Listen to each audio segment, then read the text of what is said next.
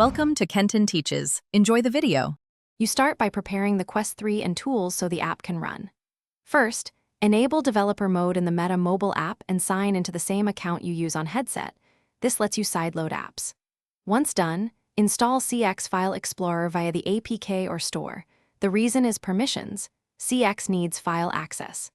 Now connect the Quest 3 to a PC with a USB-C cable and make sure to accept the USB debugging prompt that appears in the headset.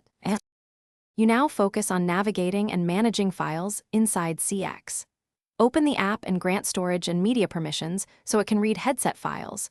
Without permissions, you cannot move content.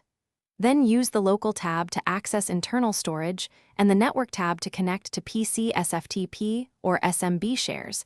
This lets you transfer big VR videos.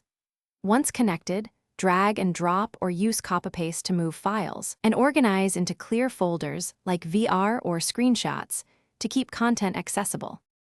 You finish by validating and cleaning up. Make sure the media plays in your VR player and refresh the library so apps detect new files. After transfers, safely eject network shares and disconnect the USB cable to avoid corruption. If something goes wrong, try one key troubleshooting step.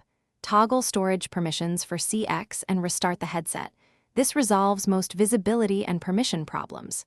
If that fails, reinstall CX File Explorer and repeat the connection steps to reset the environment.